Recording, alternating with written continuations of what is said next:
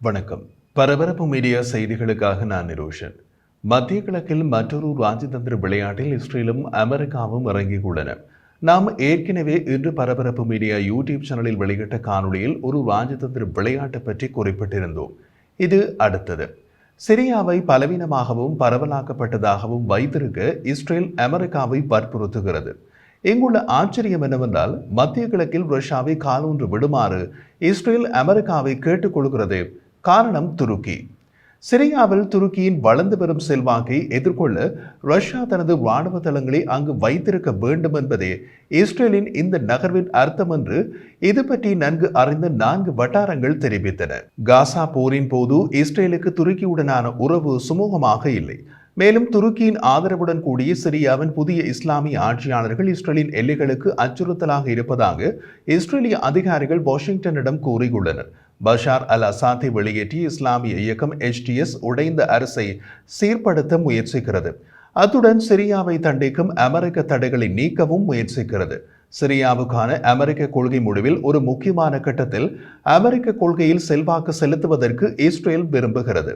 பிப்ரவரியில் வாஷிங்டனில் நடந்த சந்திப்புகளின் போது இஸ்ரேல் தனது கருத்துக்களை உயர்மட்ட அமெரிக்க அதிகாரிகளிடம் தெரிவித்தது.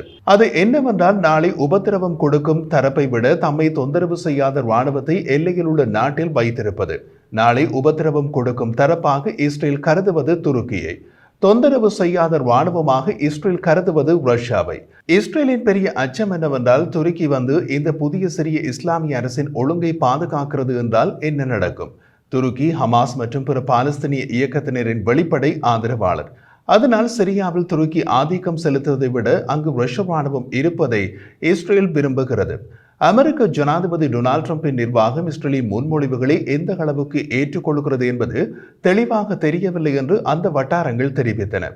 அது சிரியாவை பற்றி அதிகம் கூறவில்லை.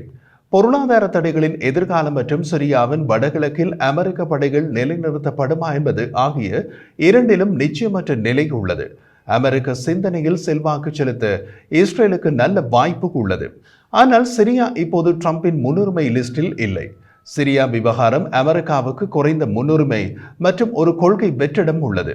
அசாத்தை வீழ்த்திய தாக்குதலுக்கு தலைமை தாங்கிய இஸ்லாமிய இயக்கமான ஹயாத் டக்ரீர் அல் ஷாம் HTS மீது இஸ்ரேல் தனது அவநம்பிக்கையை பகிரங்கமாக அறிவித்தது. ஹயாத் டக்ரீர் அல் ஷாம் HTS இயக்கம் 2016ஆம் ஆண்டில் உறவுகளை துண்டிக்கும் வரை அல் காய்தாவுடன் இணைந்திருந்தது. அவர்களின் கைகளில் சிரியாவின் ஆட்சி அதிகாரம் போய்விட்ட நிலையில் ஹயாத் டக்ரீர் அல் ஷாம் HTS இயக்கம் எப்படி செயற்படும் என்ற சந்தேகம் இஸ்ரேலுக்கு இருக்கிறது. இப்போது சிரியாவின் புதிய ஆட்சியாளர்களின் நெருங்கிய கூட்டாளியாக துருக்கியின் பங்கு குறித்து இஸ்ரேல் ஆழ்ந்த கவலை வைத்திருக்கிறது. இஸ்லாமியவாத வேரூன்றிய சித்தாந்தங்களை கொண்டுள்ள AK கட்சியை வழிநடத்தும் துருக்கி ஜனாதிபதி எர்டோகன் இஸ்ரேலில் இருந்து வளர்ந்து வரும் விரிவாக்க அச்சுறுத்தலுக்கு எதிராக இஸ்லாமிய நாடுகள் கூட்டணி அமைக்க வேண்டும் என்று கடந்த ஆண்டு கூறினார்.